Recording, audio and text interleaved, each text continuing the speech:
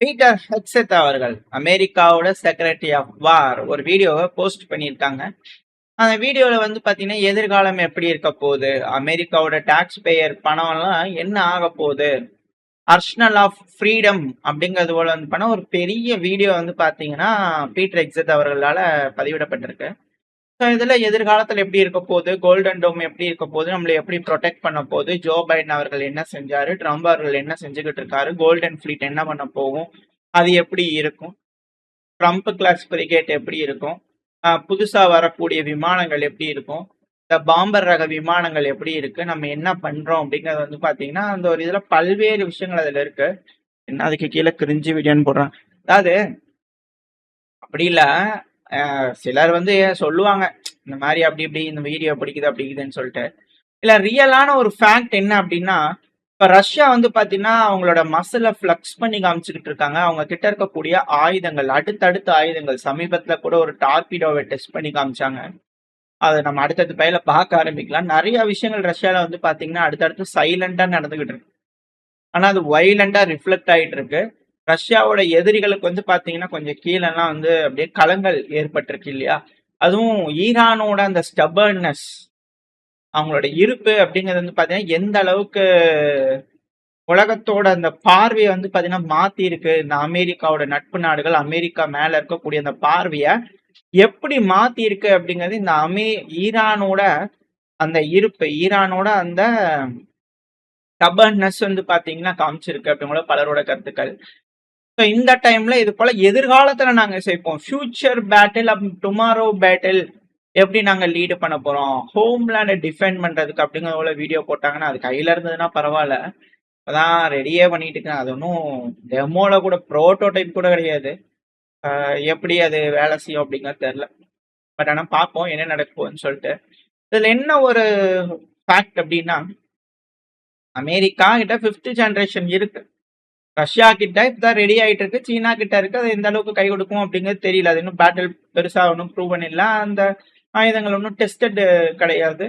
நம்பகத்தன்மை அது மேல பெருசா இல்லை அப்படிங்கிறது போல இருந்தாலுமே, அமெரிக்காவோட இந்த 5th ஜெனரேஷன் அப்படிங்கிறது ஃபைட்டர் ஏர்கிராஃப்ட் அப்படிங்கிறது இப்ப வரைக்கும் ஒரு திறன்பட வேலை செஞ்சிருக்கா அப்படிங்கிறது, ஒரு நல்ல நாட்டுக்குள்ள ஒரு யுத்தம் செஞ்சிருந்தாங்கன்னா அதை நம்ம யூஸ் பண்ணலாம். இப்ப வரைக்கும் அவங்க கிட்ட இருக்கக்கூடிய F-16, FA-18 இது போல வந்து பாத்தீங்கன்னா A-10 இது போல பழைய ஆயுதங்கள் வச்சுதான் அவங்க எல்லாம் செஞ்சுட்டு இருக்காங்களே தவிர, இந்த அதிநவீனமயமான ஆயுதங்கள்னு சொல்றாங்க, அதை வச்சு பெருசா ஒன்றும் வந்து பண்ண அமெரிக்கனால செய்ய முடியல.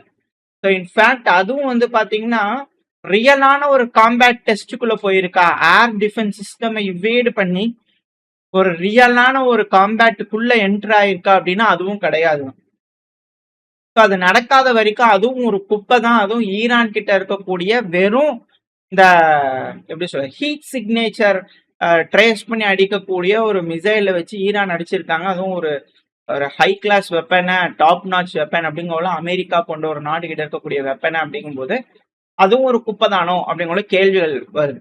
ஆனா ரஷ்யா கிட்ட இருக்கக்கூடிய இப்ப இருக்கக்கூடிய அந்த Su-57 அமெரிக்கா மாதிரி அதை செஞ்சுட்டு அதை சோதனை பண்றது, இருக்கக்கூடிய எக்ஸ்பீரியன்ஸ்ல வச்சுட்டு செஞ்சுட்டு சோதனை பண்றது அப்படிங்கிற மென்டாலிட்டி இல்ல.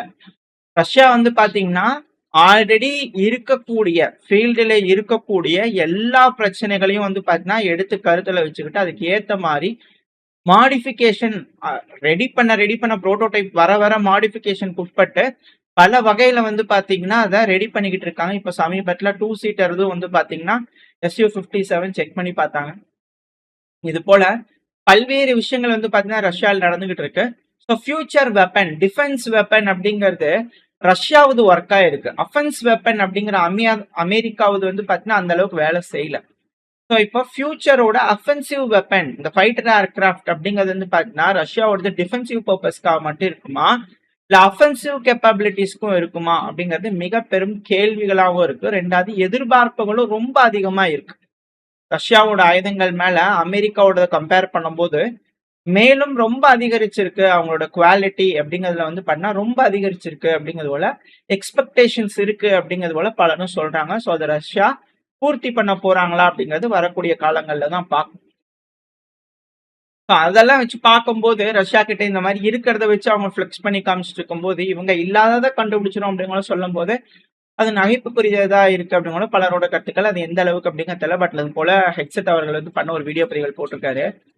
இந்த டைம்ல வந்து பாத்தீங்கன்னா, அது இன்னும் மேலும் அந்த வலு விலக்க செய்யக்கூடிய விஷயங்கள் அப்படிங்கிறது நடக்கக்கூடிய செய்திகள் வச்சு பார்க்கும்போது தெரியுது. ட்ரம்ப் அவர்கள்கிட்ட ஈரானை பத்தி ரிப்போர்ட்டர்ஸ் கேட்கும்போது, ஏங்க அவங்க ஹைலி என்ரிச்ட் யுரேனியமா வச்சுக்கலாமா அப்படின்னு கேட்கும்போது, நோ, நாங்க அதை எடுத்துருவோம். எங்களுக்கு அது தேவை இல்லதான். ஆனா ஆஹ், எங்களுக்கு அது வேண்டாமும் கூட. ஆனா நாங்க அதை டெஸ்ட்ராய் பண்ணிடுவோம். நாங்க அதை எடுத்துட்டு நாங்க அதை டெஸ்ட்ராய் பண்ணிடுவோம். ஆனா அவங்க கிட்ட அது இருக்கக்கூடாது அப்படிங்கிற சொல்லிக்கிறார். அப்புறம் ஸ்ட்ரைட் ஆஃப் ஹார்மோஸ் பத்தி வந்து பண்ண சொல்லிக்கிறாரு. நம்மளுக்கு ஸ்ட்ரைட் ஆஃப் ஹார்மோஸ் வந்து பண்ண ஓபன் பண்ணியே ஆகும். அது வந்து 1 மினிட் வேலை. நம்ம கிட்ட தான் கம்ப்ளீட் கண்ட்ரோல் இருக்கு. யூஎஸ் கிட்ட தான் டோட்டல் கண்ட்ரோல் வந்து பண்ணா நம்ம கிட்ட தான் இருக்கு ஹார்மோஸ்ல. ஒரே செகண்ட்ல வந்து பாத்தீங்கன்னா அப்படியே மாறிட்டாரு. முதல்ல வந்து பாத்தீங்கன்னா அதை நம்மளுக்கு கண்ட்ரோல் வேணும் அப்படிங்கிற கேட்டாரு. டக்குன்னு வந்து பாத்தீங்கன்னா பேசும்போது ஆனா அது நம்மளோட கண்ட்ரோல்ல தான் இருக்கு அப்படிங்கிற சொல்றாரு. ஸோ இது எப்படி எடுத்துக்கிறது அப்படிங்கிறது தெரியல.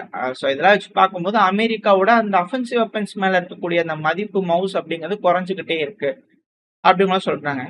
இது எல்லாத்துக்கும் மேல வந்து பாத்தீங்கன்னா அமெரிக்காவோட ஆயுதங்கள், அவங்களோட அஃபென்சிவ் ஆயுதத்துக்கு அட்டாக் பண்றதுக்கே அவங்க டிஃபெண்ட் பண்ண வேண்டியதா இருக்கு இல்லையா?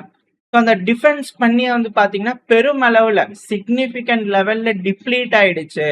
அமெரிக்க ராணுவத்தோட அந்த மிசைல் சிஸ்டம் இன்டர்செப்டார்ஸ் தான் டிப்ளீட் ஆயிடுச்சு. அட்வான்ஸ்டான மிசைல் டிஃபென்ஸ் வந்து பண்ணா இன்வென்ட்ரியில இல்ல. அதாவது நம்ம எதிர்பார்க்கறத விட ரொம்ப ஃபார் மோர் மியூனிஷன்ஸ் வந்து பண்ண செலவு பண்ணிட்டாங்க அமெரிக்கா இஸ்ரேலை டிஃபெண்ட் பண்றதுக்காக. இந்த ஈரானுக்கு எகென்ஸ்டா நடந்த போர்ல இஸ்ரேல் வந்து பாத்தீங்கன்னா எந்த அளவுக்கு யூஸ் பண்ணியிருக்காங்க இஸ்ரேலை காப்பாத்துறதுக்காக அப்படின்னா, வாஷிங்டன் போஸ்ட் வந்து பண்ண வரக்கூடிய ஸ்டேட்மெண்ட் மேற்கு மீடியாக்கள் தரப்பு வரதுதான். டிஃபென்ஸ் டிபார்ட்மெண்ட் என்ன மாதிரி அசஸ் பண்ணியிருக்காங்க அப்படின்னா 200க்கும் மேற்பட்ட தாடு இன்டர்செப்டார்ஸ் யூஸ் பண்ணியிருப்பாங்க. ரஃபா வந்து பாத்தீங்கன்னா இதை நீங்க கணக்குல எடுத்துக்கிட்டீங்கன்னா பென்டகான்ல இருக்கக்கூடிய இன்வென்ட்ரி இருக்கு இல்லையா, அதுல பாதிக்கும் மேல அப்படிங்கிற சொல்றாங்க. இப்போ 400 இருக்கு, 400 கூட இல்ல, ஒரு 350 இருக்குதுன்னா அதுல 200க்கு மேல யூஸ் பண்ணிட்டாங்கன்னா எப்படி?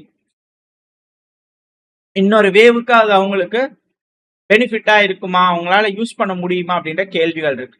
அது மட்டும் இல்லாம வேற நாடுகள் வந்து பாத்தீங்கன்னா அமெரிக்கா மேல படையெடுத்துட்டாங்கன்னா என்ன பண்றது? ஒரு தாக்குதல் நடக்குது இன்கேஸ், ஏன்னா அமெரிக்கா வர்னரபிளா இருக்காங்க. அவங்க கிட்ட இருக்கக்கூடிய டிஃபென்ஸ் சிஸ்டமோட இன்டர்செப்டார்ஸ்ல இல்லைன்னா யார் வேணாலும் அவங்களை அட்டாக் பண்ணலாம். அது போல ஒரு சூழ்நிலைக்கு வந்து பாத்தீங்கன்னா தள்ளப்பட்டிருக்கு. ஏன்னா அமெரிக்காவை சுத்தி இருக்கக்கூடிய நாடுகள், அதான் அமெரிக்காவோட தெற்கு சைட்ல இருக்கக்கூடிய மெக்சிகோ அப்படிங்கிறது வர்னரபிளான ஒரு ஸ்பாட்டா மாறி இருக்கு.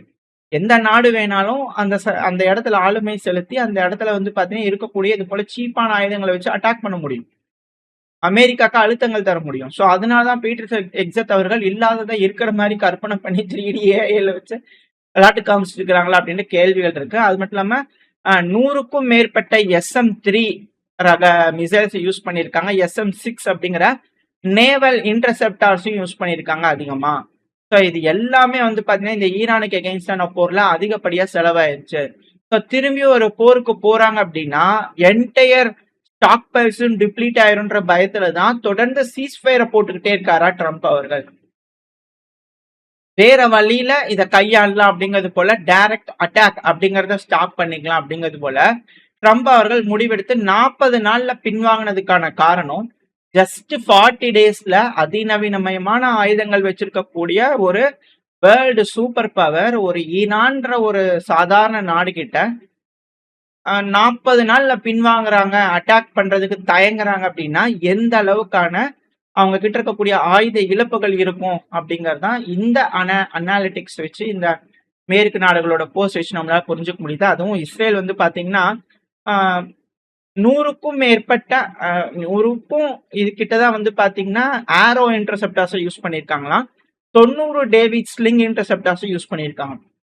பட் இருந்தாலும் அதுவே இஸ்ரேல்னால வந்து பாத்தீங்கன்னா தயாரிக்கக்கூடிய அவங்க கிட்ட இருக்கக்கூடிய ஸ்டாக் பிரைஸோட ரொம்ப அதிகம். அவங்களால முடியாது அப்படிங்கறதுனால தான் பின்வாங்கியிருக்காங்க அப்படிங்கிறத இதை வச்சு பார்க்கும்போது தெரியுதுன்னு பல அனலிஸ்டோட கருத்துக்கள். இது எல்லாத்துக்கும் மேல ஈரானோட அதிபரான பெசஸ்கியான் அவர்கள் இருக்கார் இல்லையா, அவர் தரப்பு இருந்து ஒரு வந்திருக்கு மீடியாக்கள்ல வந்து பார்த்தீங்கன்னா செய்திகள் வந்து அவர் பேசியிருக்காரு. அந்த டைம்ல அவர் என்ன சொன்னார் அப்படின்னா, நாங்க எந்த ஒரு சர்க்கம்டன்ஸையும் சர்க்கம்ஸ்டன்ஸ்லயும், அதாவது எப்பேற்பட்ட சூழ்நிலை வந்தாலுமே என்னோட தலைய வந்து பாத்தீங்கன்னா குனிய மாட்டேன். என் முன்னாடி ம், ம், என்ன சொல்றது, அவங்களோட பவர வெளிப்படுத்தி என்னைய அவங்களுக்கு கும்பிடு போட வைக்கணும்னு நினைக்கிறாங்கன்னா அது முடியாது. நாங்க சாக்ரிஃபைஸ் பண்ணவே மாட்டோம். எங்களோட ஹானரையும் டிக்னிட்டியும், எங்க நாட்டோட ஹானரையும் டிக்னிட்டியும் நாங்க எந்த ஒரு காலத்திலயும் சாக்ரிஃபைஸ் பண்ண மாட்டோம் அப்படிங்கிறது போல வீர தீர்மா வந்து பண்ணா பிரசிடென்ட் பெஷஷ்கியான் அவர்கள் வந்து பண்ணா பேசியிருக்காரு. ஸோ இந்த இடத்துல அமெரிக்காவோட நெரேட்டிவ் அப்படிங்கிறது வந்து பாத்தீங்கன்னா என்டையரா வந்து போலி அப்படிங்கிறது வந்து பண்ணா ஊர்ஜிதப்படுத்தப்பட்டிருக்கு. நம்ம சேனல் தொடர்ந்து சொல்லிட்டு இருப்போம். இது போல ஈரான்ல வந்து நிறைய பேர் போறாங்க. நிறைய பேர் நிறைய கருத்துக்கள் சொல்றதுனால யாருகிட்ட பேசுறதுன்னு தெரியல.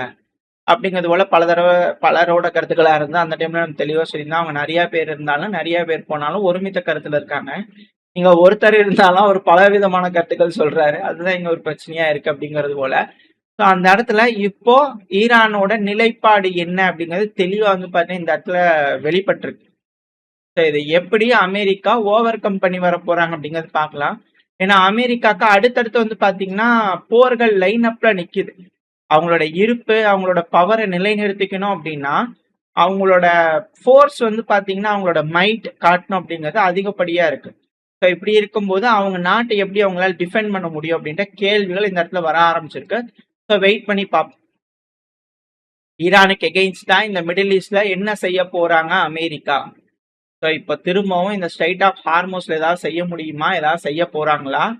இல்ல கியூபா பக்கம் திரும்புவாங்களா? இல்ல அமைதியா தலைவர்கள்லாம் பேச்சுவார்த்தை மூலியமா இருக்கக்கூடிய விஷயங்களை காக்கிநாடா உண்டு, பாவாடு நாடா உண்டுன்னு எல்லாம் பிரிச்சு அமைதியா செட்டில் பண்ணிடுவாங்களா அப்படிங்கறத வெயிட் பண்ணி பார்க்கலாம். இப்போ பிரச்சனைகள் பெருசாகாம அமைதியா பேசி தீர்த்துக்கோங்கன்ற நம்பிக்கையில இந்த பையனா முடிச்சுக்கலாம். ஓரளவுக்கான தகவல்கள் இந்த பையில பார்த்திருப்போம். இந்த பதிவு எப்படி இருந்துச்சு? இந்த பதிவு நல்லா இருக்கும்ன்ற நம்பிக்கையில அடுத்த பதிவு சந்திக்கிறேன். அது வரைக்கும் ஸ்டே சேஃப். பை.